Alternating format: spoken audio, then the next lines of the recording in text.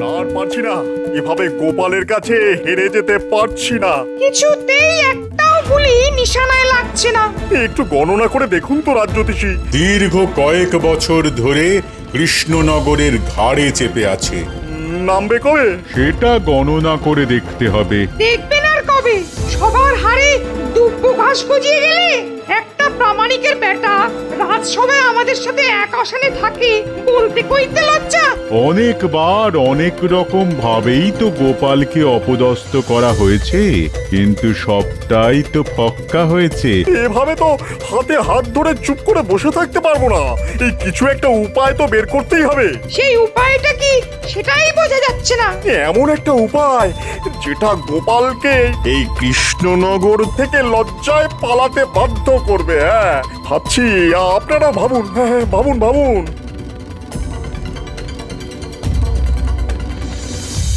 উজির, মহারাজ কৃষ্ণচন্দ্র অনেকগুলো চিঠি পাঠিয়েছিল। হ্যাঁ হ্যাঁ জাহাপনা, অনুদানের জন্য আবেদন করেছিল। হ্যাঁ, গত বছর খরাতে কৃষ্ণনগর খুব ক্ষতিগ্রস্ত হয়েছিল। কৃষ্ণচন্দ্রকে এত্তেলা পাঠাও, আমি কৃষ্ণনগরে গিয়ে দুদিন থাকবো, আর ওখানে বসেই আমি অনুদানের অর্থ প্রদান করব। জো হুকুম জাহাপনা, আমি এখনই খবর পাঠাচ্ছি।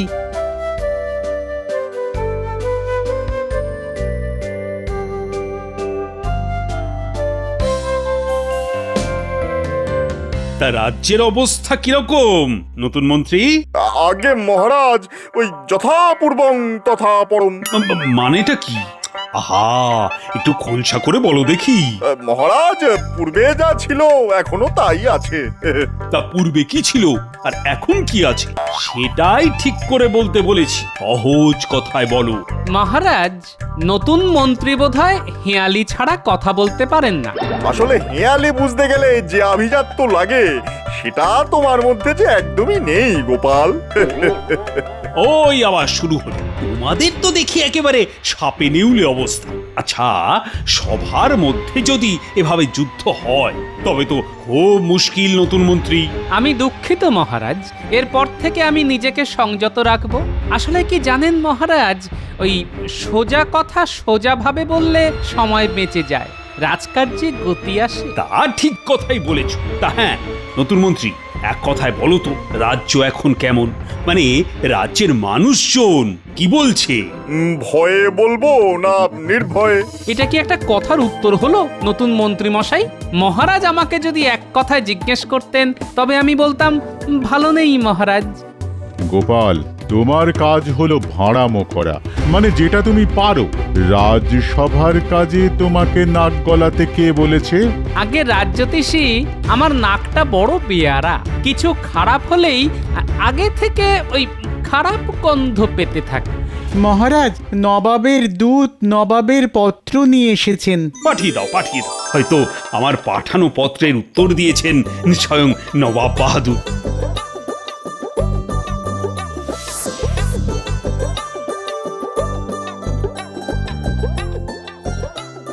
মহারাজের জয় হোক। বলো বলো, কি সংবাদ? এই নিন নবাব বাহাদুরের ইত্তেলা।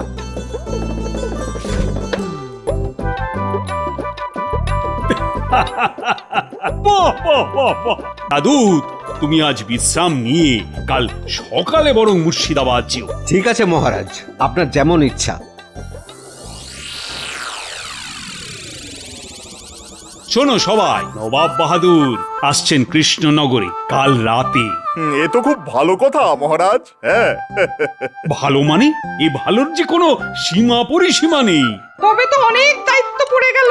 আপ্যায়নে যেন কোনো ত্রুটি না হয়। সকাল থেকে রাতের আপ্যায়নের দায়িত্ব তাহলে কাকে কাকে কাকে দেওয়া যায়?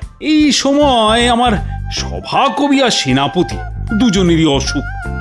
কি যে করি। মহারাজ, এই আপ্যায়নের দায়িত্ব গোপাল আর ভগবানের ওপর দিয়ে দিন। নবাব বাহাদুর গোপালকে পছন্দ করে, আর আমাদের নতুন মন্ত্রীর সাথেও আলাপটা হয়ে যাবে। রাজ্যতীষী গোপালকে লেজে গোবরে করার সুযোগ করে দিয়েছে।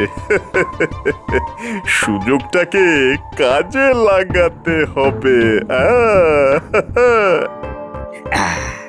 রাজ্যতীষী ঠিক বলেছে। এই আপ্যায়নের পুরো দায়িত্ব নতুন মন্ত্রী আর গোপালের ওপর ছেড়ে দিলাম। কি নতুন মন্ত্রী, তুমি রাজি আছো তো? মহারাজ, আমার গোপালের সাথে কাঁধে কাঁধ মিলিয়ে কাজ করতে কোনো অসুবিধা নেই, আমি প্রস্তুত। গোপালের মতো বিচক্ষণ বন্ধুকে যদি কাজে পাই তাহলে আমি ধন্য হব। ঠিক আছে, সকালে জল খাবার থেকে রাতের খাবারের দায়িত্ব আমি ভগবান আর গোপালের ওপর দিলাম। উফ, এবারে গোপালকে লেজে গোবরে করে নবাবের কাছে বেইজ্জত করতে হবে। কি গোপাল, তোমার কথা কিছু বলো। আমরা কাজটাকে একটু ভাগাভাগি করে নিই। কিরকম কিরকম? এই ধরুন, কেউ সকাল আর সন্ধ্যার জল খাবারের দায়িত্ব নিল, আর কেউ ওই মধ্যাহ্ন ভোজন আর রাতের খাবারের দায়িত্ব নিল। এক কাজে দুজনের না ঢোকাই ভালো মহারাজ, তাতে কাজের চেয়ে ঠোকাঠুকি বেশি হবে। এইটা গোপাল ভালো বলেছে, তবে তাই হোক। এই রে, ঘুরে গেল যে বিষয়টা। না, মধ্যাহ্ন ভোজন আর রাতের খাবারের দায়িত্বটা আমার কাছেই রাখতে হবে। মহারাজ, আমি মধ্যাহ্ন ভোজন আর রাতের খাবারের দায়িত্বটা নিলাম। হ্যাঁ, এটাই আমি চেয়েছিলাম। বাহ বাহ বাহ, তাহলে তোমরা যে যার মতো আয়োজনে মেতে ওঠো। কোষাধ্যক্ষ তোমাদের হাতে অর্থ দিয়ে দিচ্ছে। মহারাজ, একটা নিবেদন আছে। বলছিলাম যে আমরা আমাদের মতো নবাবের আপ্যায়নের দায়িত্ব নিয়ে আগে নবাবকে খুশি করি। এখন আমাদের অর্থ সংকট চলছে, রাজার পাশে দাঁড়ানো রাজকর্মচারীর কর্তব্য। আপনি নবাবের কাছে অনুদান পেলে আমাদের দিয়ে দেবেন। কি নতুন মন্ত্রী মশাই, ঠিক বলিনি? সাধু সাধু, এই নতুন মন্ত্রী, তুমি কি বলো? ইস, প্রথম ধাক্কাটা বেশ জোরে দিল। আমিও ভগবান, হারবো না। হ্যাঁ, এবার মহারাজ, ওই গোপালের দূরদর্শিতার তুলনা নেই। আমার মনের কথাটাকে কিভাবে যে জানতে পারলো, আমিও ঠিক এটাই ভাবছিলাম। ফাঁদে পড়েছ বগা আমার, আমাকে ধাক্কা দেবে। তুমি এখনো আমাকে ঠিক চেনোনি, এবার দেখো তোমার কি হাল করি। দেখেছো কিরকম বজ্জাত মানুষ এই গোপাল, ও কিরকম তোমার ফাঁসিয়ে দিল। হ্যাঁ, ওইখান থেকে আবার আমাকে উঠতে হবে। হ্যাঁ, ও সত্যি মহা মৃত্যুঞ্জয় কবচ ধারণ করে আছে। আরে দাঁড়াও দাঁড়াও, ও একটা সুযোগ আমার হাতে তুলে দিয়েছে। সেটা হলো, মহারাজের কাছে অর্থ সাহায্য না নিয়ে নবাবের জল খাবারের মতো বিষয় ও নিজে দেখবে। হ্যাঁ, ঠিক, গোপাল ভেবেছে ও যেরকম জল খাবার খায় নবাবও সেরকমই খাবে। ও তো জানে না যে নবাবী চাল কাকে বলে, নবাবী ঢং কাকে বলে। ঠিক ঠিক, এই বিষয়টা তো দেখিনি। আমাকে ঠিক মতো মধ্যাহ্ন ভোজন আর রাতের নবাবী খানার ব্যবস্থা করতে হবে। নবাবের মন আমি ঠিক জয় করে নেব। ব্যাস, এইভাবে এগিয়ে যাও, জয় তোমার হবে। শুধু রান্নার পদগুলো ঠিক করে বানাতে বলো, তোমার জয় শুধু সময়ের অপেক্ষা করছে। শুধু আমার আর মহারাজের মুখ চেয়ে এই কাজ তোমাকে করে দিতে হবে ভোলা। এভাবে বলো না গোপাল দাদা, এভাবে বলো না। তুমি রসের যত মিষ্টি আছে সব রাখবে। নবাবের জলখাবার, নবাব যেন মিষ্টি খেয়ে মুগ্ধ হয়ে যান। তুমি তোমার সবটুকু দিয়ে মিষ্টি বানাও। যা খরচ হবে নবাব চলে গেলেই সব শোধ করে দেব। আগে নবাব খুশি হোক, তারপর যা হবার হবে। উজির, আচ্ছা বলো তো, কৃষ্ণনগরের সেরা জিনিস কি? আগে গোপাল, কি আবাদ, কি আবাদ, একদম সঠিক কথা বলেছো। ওই রকম একটা মানুষকে যদি আমি আমার দরবারে রাখতে পারতাম। যাক ও কথা। দূত, এই কৃষ্ণচন্দ্র খবর নিয়ে এসেছো? এসেছে জাহাপানা। ডাকো তাকে। প্রহরী, প্রহরী, দূতকে খবর দাও, নবাব বাহাদুর ডাকছেন। গিন্নি, আরে এই নাও গো বাজারের থলি, ইলিশ মাছ এনেছি, ডিম ভরা। ও মা, ইলিশ! কি ভাগ্য আমার! এবেলা ভাজা ইলিশের তেল দিয়ে মেখে এই ভাত খেয়ে রাজসভায় যাব। ওবেলা এসে ইলিশ ভাপা আর সর্ষে ইলিশ খাবো। ঠিক আছে করে দেব, তবে পেটে সহ্য হবে তো। কেন কেন এই কথা বলছো কেন? না মানে মেঘে মেঘে যে বেলা হচ্ছে সে খবর আছে গো, এখন একটু জিভে লাগাম দাও। হ্যাঁ ওই ওই ওই বয়সের খোঁটা দিচ্ছ তো। একটা কথা বলি গিন্নি, বয়স বাড়াটা বয়সের ধর্ম। বয়স বাড়ুক, কিন্তু মনের বয়স যে কমছে। আরেকটা জিনিস বলতে দাও, ওই যে ডিম ভালো করে ভেজে টক দিয়ে রেঁধে রেখো। আহা, কতদিন খাইনি। চলি গিন্নি পুকুরে স্নান করতে।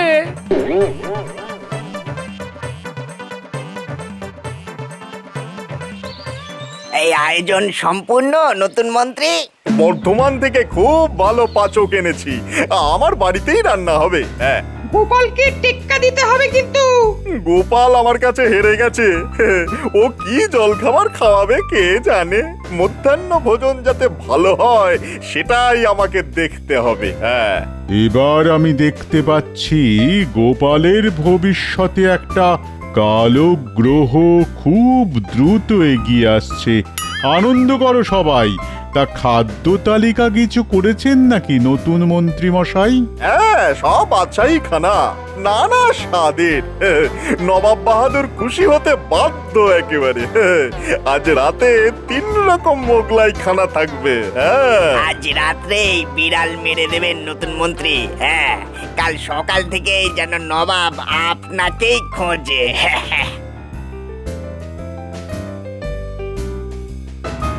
কি হে নতুন মন্ত্রী, আজ রাতের আয়োজন সব ঠিক আছে তো? ভগবানে ভরসা রাখুন মহারাজ।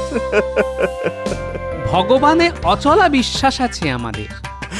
শুনে ভালো লাগলো মহারাজ। এ ভগবান ওপরে থাকেন, সবার ভগবান। আমি ওই ভগবানের কথা বলেছি। দারুণ বলেছো গোপাল। তবে আমাদের নতুন মন্ত্রীও কিন্তু খুব কাজের, কি বলো? হ্যাঁ হ্যাঁ হ্যাঁ, খুব কাজের। তবে আমি ওনার কাজের বিচার করার কে? বিচার করবে প্রজারা। দাঁড়াও গোপাল, নবাবের কাছে তোমাকে আমি ছোট করে এই কৃষ্ণনগর ছাড়া যদি না করি তো আমার নাম ভগবান নয়। হ্যাঁ,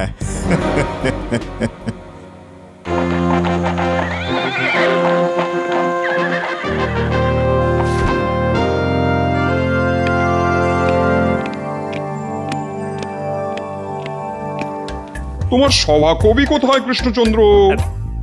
বিশ্রামে আছে নবাব বাহাদুর, খুবই অসুস্থ কিনা। আর কৃষ্ণনগরের শ্রেষ্ঠ রত্ন গোপাল কোথায়? এই যে নবাব বাহাদুর, আপনার সেবায় হাজির। নবাব বাহাদুর এই আমার নতুন মন্ত্রী, নাম ভগবান। তাহলে তুমি ভগবানের ওপরে অনেক নির্ভরশীল। তা একরকম বলতে পারেন।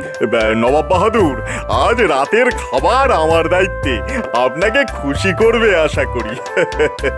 আজ রাতে আর গুরুপাক কিছু খাবো না, হালকা ফুলকা কিছু হবে।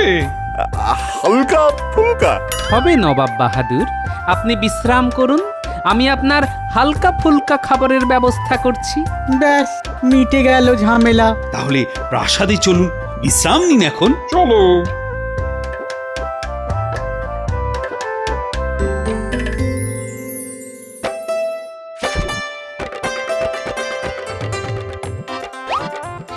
এই নিন নবাব বাহাদুর।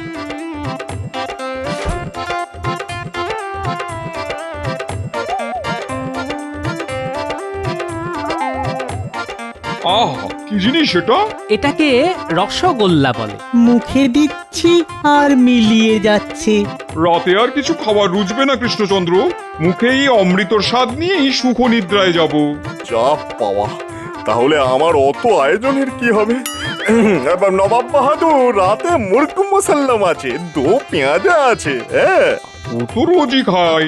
না না না না, আজ এই রসগোল্লার পর আর কিছু খেতে ভালো লাগছে না। আমাদের পেটও ভর্তি, মনও তৃপ্ত, এবার ঘুম আসছে। হ্যাঁ, আপনাদের ঘর প্রস্তুত। নতুন মন্ত্রী, নবাব বাহাদুর আর উজিরের ঘরটা দেখিয়ে দাও। চলুন।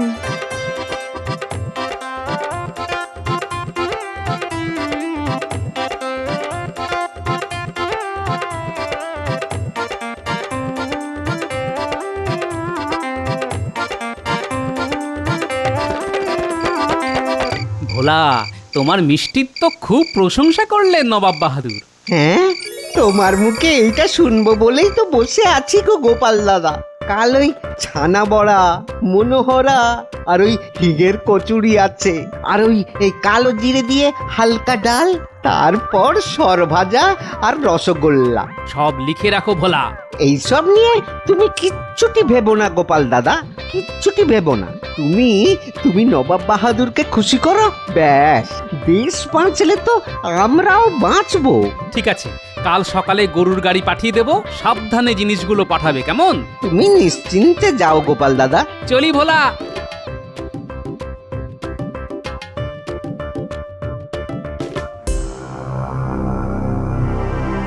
কোথা থেকে কি হলো?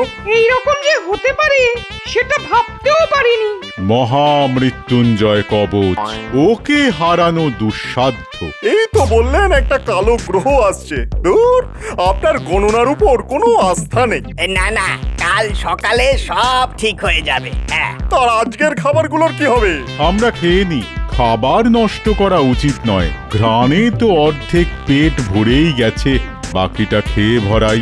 ও ভগবান, ভগবান রক্ষে করো, রক্ষে করো, রক্ষে করো।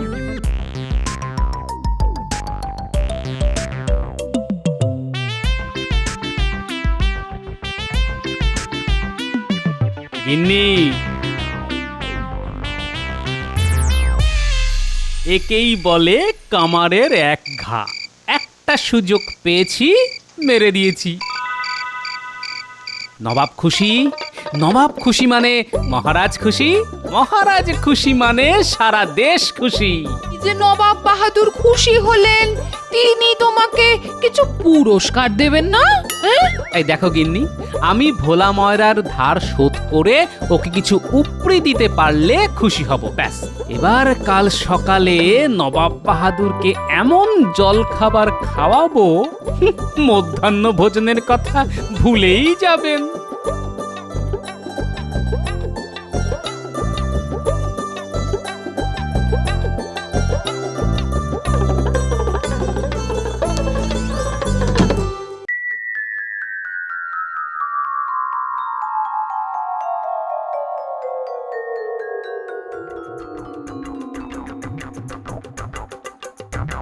আহ, কি সুন্দর, কি স্বাদ, মুখে দিলেই মিলিয়ে যাচ্ছে। আজ সকালের খাবারটাও খুব বেশি হয়ে গেল। যা বলেছো উজির। এখনো শেষ হয়নি, রসগোল্লা আছে। রসগোল্লা? তাহলে এটা কি? এটা মনোহরা। কত মিষ্টি আছে, তবে রসগোল্লার তুলনা নেই। একটু শুধরে নি, কৃষ্ণনগরের ভোলা ময়রার রসগোল্লার তুলনা নেই।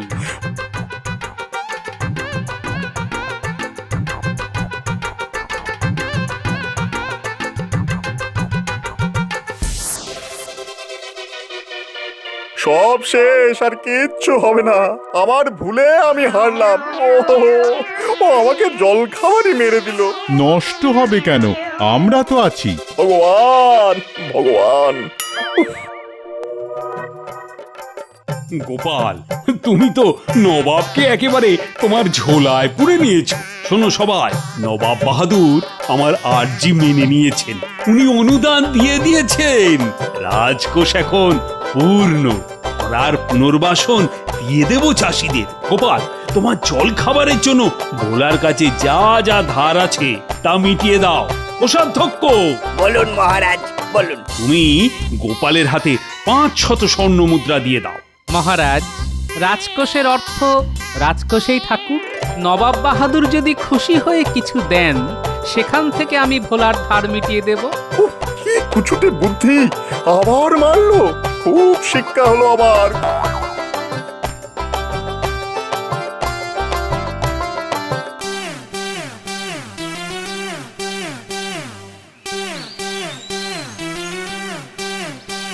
গোপাল, তোমার তুলনা নেই। কৃষ্ণচন্দ্র, তোমার কাছে একটা চাওয়ার আছে। বলুন বলুন নবাব বাহাদুর। তোমাদের এই ভোলা ময়রাকে আমি নিয়ে যাব, ওখানে আমাদের কারিগরকে এই রসগোল্লা শিখিয়ে দেওয়ার পরই তবে ওকে ছাড়বো। এই রে, এই মাটি করেছে। ভোলা চলে গেলে তো আমরা কানা, এটাকে মেটাতে হবে। নবাব বাহাদুর, একটা আর্জি আছে যে। বলো বলো গোপাল বলো। ওখানে গিয়ে শেখানোর চেয়ে এখানে এসে শেখাটা খুব দরকার। কেন কেন? আসলে যে মাটিতে যা হয় এটা মাটিরই গুণ নবাব বাহাদুর। কেমন করে হচ্ছে আমি বুঝিয়ে দিচ্ছি। হ্যাঁ, ধরুন এই আখ বলে একটা গাছ আছে, সেখান থেকে চিনি হয়, শ্যামলা গাইয়ের দুধ থেকে ছানা হয়, সেই শ্যামলা গাই কৃষ্ণনগরের ঘাস খায়। এই সব তো এই মাটিরই নবাব বাহাদুর। আর এর একটাও না থাকলে ওই রকম রসগোল্লা যে হবে না নবাব বাহাদুর। তাহলে উপায়? আমি তো রসগোল্লা ছাড়া থাকতে পারবো না। উপায় একটা আছে, আপনাকে প্রতিদিন 10 হাঁড়ি করে রসগোল্লা পাঠাবো। তাহলে তো কথাই নেই। তবুও আমি আমার এক কারিগরকে পাঠাবো, এই রসগোল্লা দিকে দিকে ছড়িয়ে দিতে হবে। গোপাল, এই নাও, তোমার আপ্যায়নে খুশি হয়ে 2000 স্বর্ণ মুদ্রা দিলাম। আর এইটা আমার তরফ থেকে তোমাদের ভোলা ময়রাকে 1000 স্বর্ণ মুদ্রা খুশি হয়ে। তাহলে কৃষ্ণচন্দ্র, মনে থাকবে তো, প্রতিদিন 10 হাঁড়ি রসগোল্লা। আপনি মুর্শিদাবাদে পৌঁছন, দেখবেন রসগোল্লা ঠিক পৌঁছে গেছে। চলো উজির, এবার আমরা যাই। সব ভালো তার, শেষ ভালো যার।